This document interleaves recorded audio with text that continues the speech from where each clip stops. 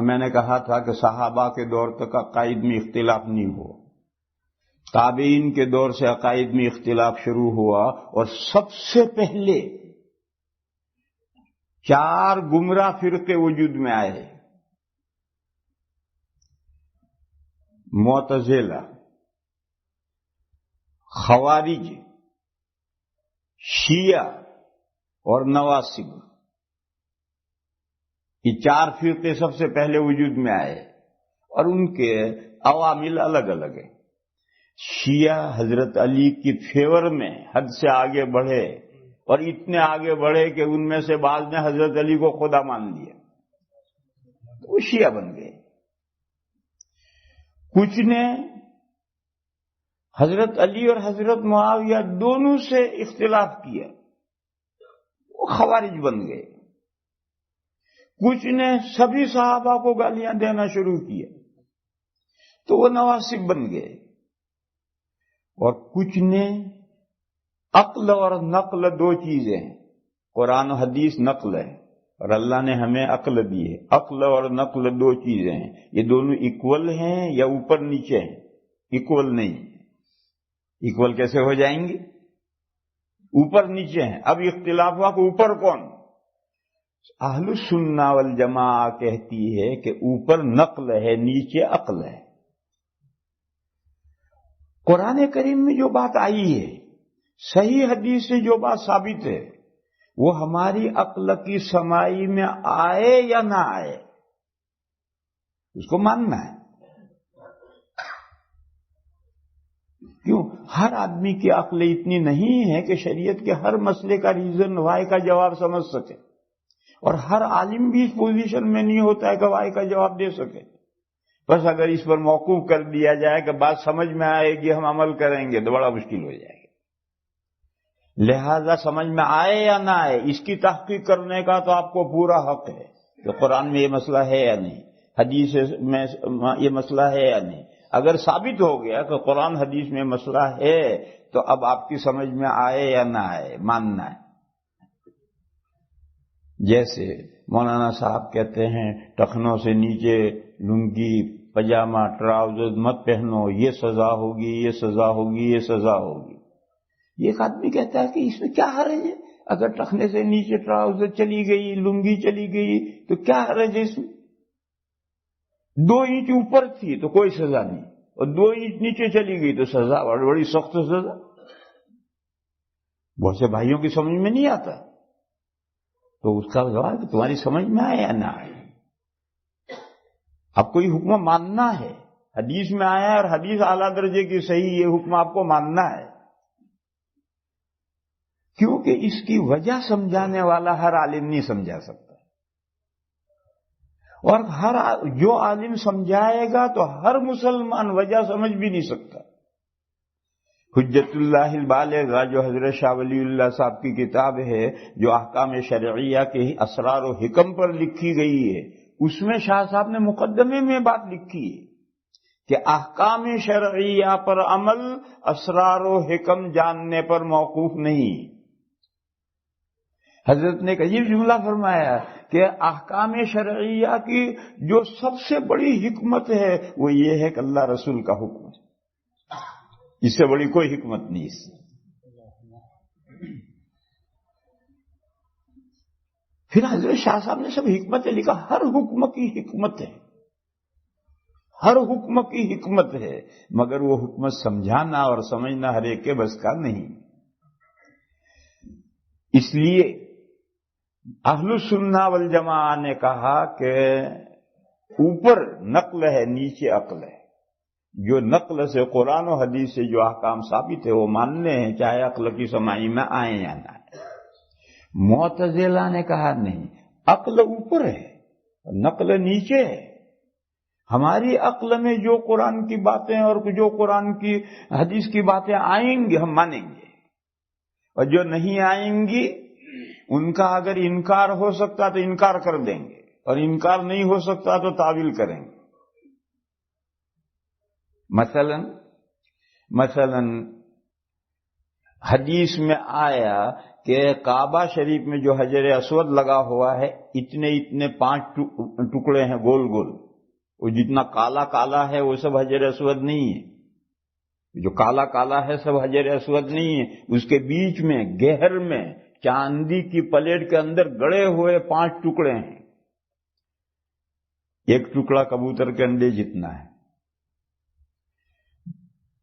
3 ٹکڑے مٹر کے دانے جتنے ہیں، اور ایک ٹکڑا چنے کے دانے جتنا ہے۔ یہ پہلے کل ایک حجر اسود تھا، کسی وقت جنگیں ہوئی ہیں، اس پتھر کے لیے جنگیں ہوئی ہیں، اور ان میں یہ پتھر ٹوٹ کر اس کے 5 پیس ہو گئے ہیں، اور چاندی کی پلیٹ بنا کر کے اس کے اندر ان کو جڑا گیا ہے تاکہ پھر کوئی چوری نہ کرے۔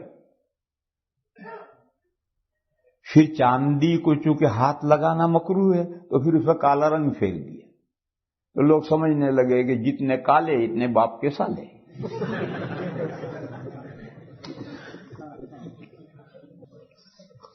تو حدیث میں ہے کہ یہ حجر اسود اللہ کا دایاں ہاتھ ہے، حدیث ہے کہ حجر اسود اللہ کا دایاں ہاتھ ہے۔ انہوں نے کہا لا حول ولا قوت الا باللہ، ایک پتھر اللہ کا ہاتھ کیسے ہو جائے گا؟ انہوں نے کہا یہ حدیث نہیں، ھذا حدیث ضعیف۔ تو کسی بھی حدیث کو ضعیف بنا دینا، چٹکی بجا کر ضعیف بنا سکتے ہیں۔ کوئی حدیث لے آؤ، میں 2 منٹ میں اس کو ضعیف بنا دوں۔ ضعیف بنانا تو بچوں کا کھیل ہے۔ لہذا معتزلہ جہاں ایسی حدیث آئے گی کسی نہ کسی راوی کا کان پکڑ کر کہیں گے اس میں یہ کمزوری تھی۔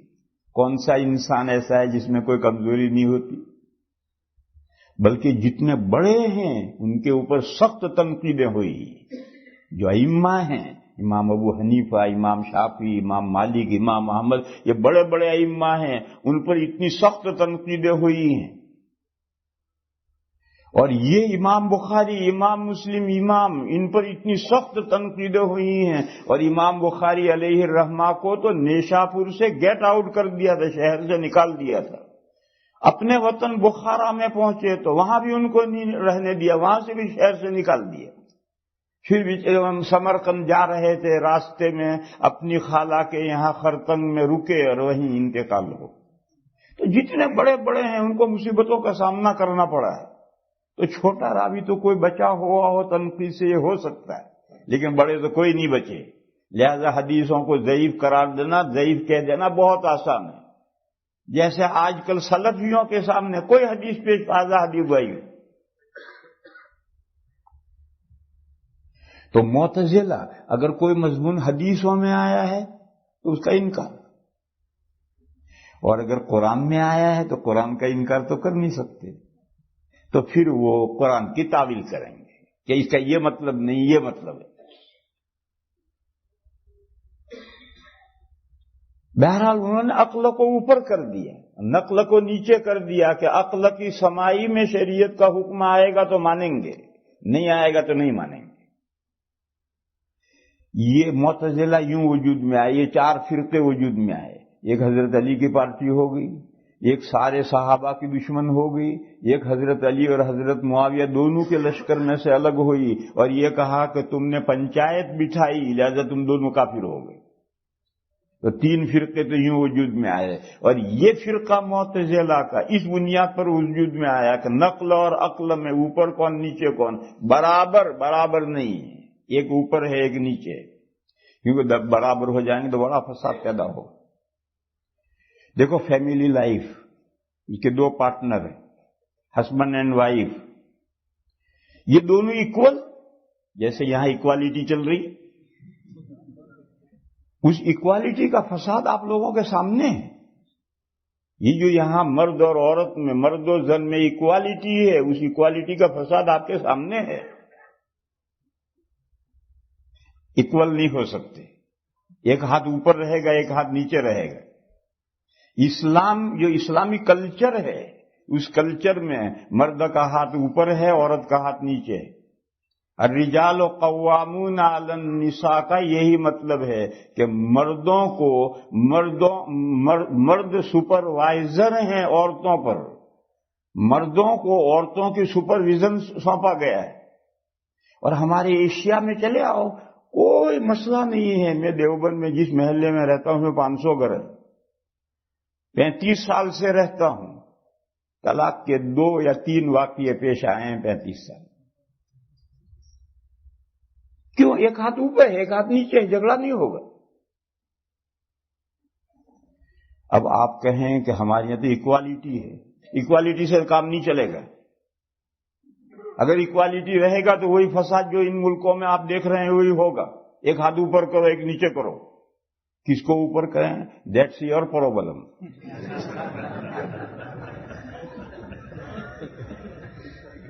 اگر آپ اپنا ہاتھ اوپر نہیں کر سکتے تو نیچے تو کر سکتے ہو، کیا پریشانی؟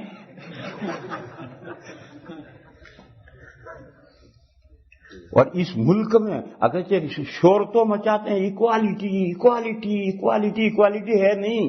عورت کا ہاتھ اوپر ہے، مرد کا ہاتھ نیچے ہے. مرد بیوی کو تھپڑ نہیں مار سکتا اور بیوی بیلن دے کر مار سکتی.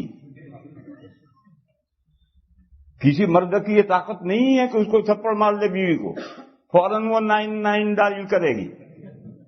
اور بیوی بیلن دے کر مارتی ہے شوہر کو، بول نہیں سکتا. تو ایکوالٹی ایکوالٹی ایکوالٹی شور مچاتے ہو، ایکوالٹی ہے نہیں. عورت کا ہاتھ اوپر ہے، مرد کا ہاتھ نیچے ہے. مگر انسان مرد اپنے دماغ میں اس کو قبول نہیں کرتا، تو قبول کر لو. یہ جو مرد کا دماغ قبول نہیں کرتا اسے قبول کر لو. جھگڑا آپ کو گھر میں کوئی جھگڑا نہیں ہو. تو میں یہی مسئلہ ذکر کر رہا ہوں کہ دونوں عقل اور نقل ایکول نہیں ہو سکتے. لا محالہ ایک کو اوپر کرنا ایک کو نیچے کرنا ہے. معتزلہ نے کہا ہماری عقل اوپر نقل نیچے. اہل سنہ والجماعہ نے کہا نہیں، ہمارا نقل اوپر ہے عقل نیچے ہے. عقل کی سمائی میں وہ حکم آئے یا نہ آئے اس حکم پر عمل کرنا ہے. یہاں سے معتزلہ کا مذہب وجود میں آیا.